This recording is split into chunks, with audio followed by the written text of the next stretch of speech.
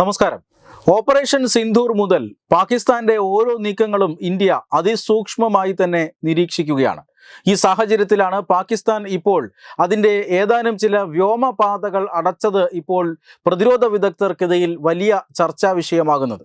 അതായത് പാകിസ്ഥാൻ അവരുടെ ചില വ്യോമപാതകൾ, ഇന്ത്യയുടെ വിമാനങ്ങൾക്ക് അവർ പൂർണ്ണമായും വ്യോമപാത അടച്ചിട്ടുണ്ട്. മറ്റ് വിമാനങ്ങൾക്കുള്ള യാത്രാ വിലക്ക്, അതുമായി ബന്ധപ്പെട്ട നിർദ്ദേശം ഇപ്പോൾ പാകിസ്ഥാൻ നൽകിയിരിക്കുകയാണ്.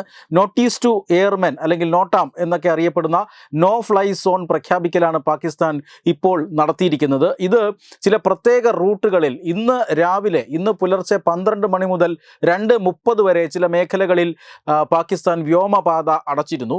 മാത്രമല്ല, ഈ വ്യോമപാത അടയ്ക്കൽ അടുത്ത 2-3 ദിവസങ്ങൾ കൂടി പാകിസ്ഥാൻ പ്രഖ്യാപിച്ചിട്ടുണ്ട്. ഓഗസ്റ്റ് 26 വരെ ഇത്തരത്തിൽ ഉള്ള വ്യോമപാത അടയ്ക്കൽ അല്ലെങ്കിൽ നോട്ടാം പാകിസ്ഥാൻ ഡിക്ലെയർ ചെയ്തിട്ടുണ്ട്. ഇത് തീർച്ചയായും ഇന്ത്യ വളരെ സൂക്ഷ്മമായി തന്നെ നിരീക്ഷിക്കുന്നുണ്ട്. എന്തിനു വേണ്ടിയാണ് പാകിസ്ഥാൻ ഈ സമയത്ത് വ്യോമപാത അടയ്ക്കുന്നത്?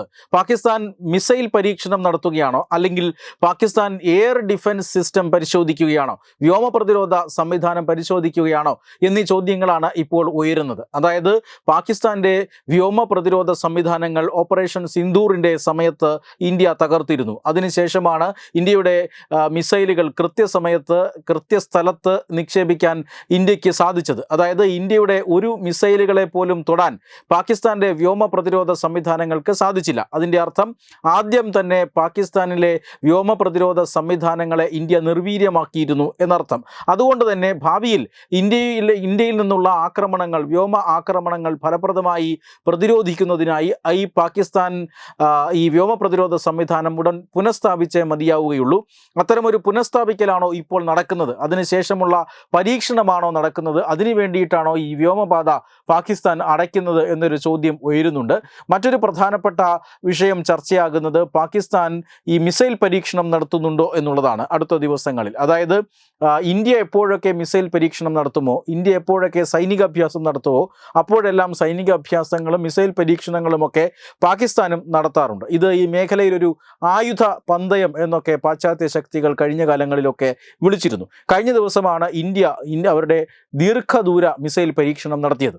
അത് ഇന്ത്യയെ സംബന്ധിച്ചിടത്തോളം വളരെ അഭിമാന നിമിഷമായിരുന്നു. അഗ്നി 5 എന്ന ഇന്റർ കോണ്ടിനെന്റൽ ബാലിസ്റ്റിക് മിസൈലാണ് ഇന്ത്യ വിജയകരമായി പരീക്ഷിച്ചത്. അങ്ങനെയൊരു ദീർഘദൂര മിസൈൽ പരീക്ഷിക്കാൻ ഇപ്പോൾ പാകിസ്ഥാന് ശേഷിയില്ല. എങ്കിലും മറ്റേതെങ്കിലും തരത്തിലുള്ള മിസൈൽ പരീക്ഷണം നടത്താൻ പാകിസ്ഥാൻ ഒരുപക്ഷെ മുതിർന്നേക്കും. ആ പരീക്ഷണത്തിന് വേണ്ടിയാകാം ഇങ്ങനെ ആകാശപാത അടച്ചത് എന്നാണ് സൂചിപ്പിക്കുന്നത്. എന്തായാലും ഇത്തരത്തിൽ 2 വിദഗ്ധ അഭിപ്രായങ്ങൾ നിലവിൽ വരുന്നുണ്ട്.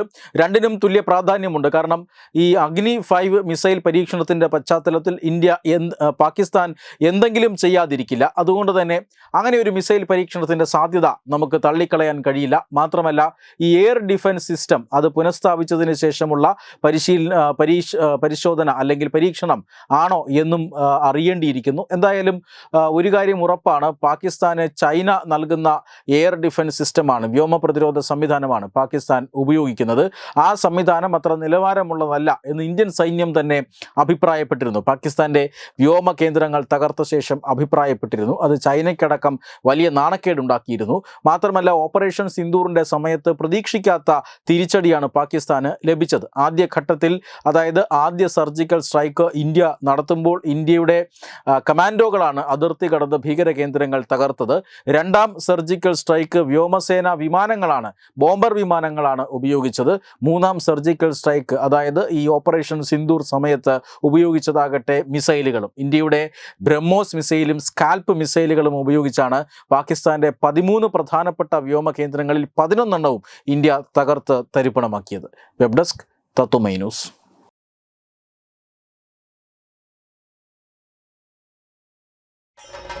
ഭാരതത്തിലെ അതിപ്രശസ്തമായ ക്ഷേത്രങ്ങളിലേക്ക് മലയാളം ന്യൂസ് നെറ്റ്വർക്ക് സംഘടിപ്പിക്കുന്ന ആധ്യാത്മിക യാത്രകൾ. പ്രമുഖ ട്രാവൽ ഏജൻസിയായ യാത്രാനന്ദയുമായി ചേർന്ന് മലയാളം ന്യൂസ് നെറ്റ്വർക്ക് ഒരുക്കുന്ന യാത്രയിൽ ചുരുങ്ങിയ നിരക്കിൽ നിങ്ങൾക്കും പങ്കാളികളാകാം. ഭാരതത്തിലെ പ്രമുഖ ശക്തിപീഠമായ അസമിലെ കാമാഖ്യ ക്ഷേത്രത്തിലേക്കാണ് ആദ്യ യാത്ര.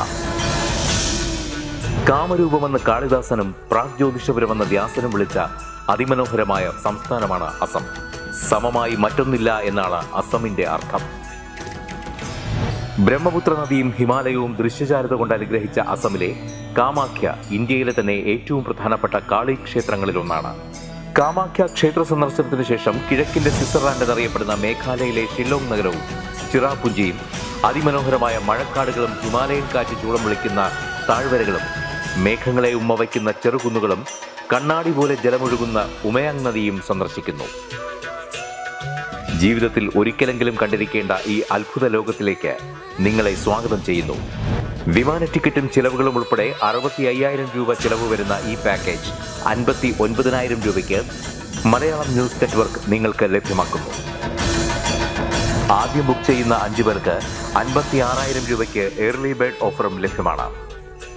കൂടുതൽ വിവരങ്ങൾക്ക് ഇനി പറയുന്ന നമ്പറിൽ ബന്ധപ്പെടുക.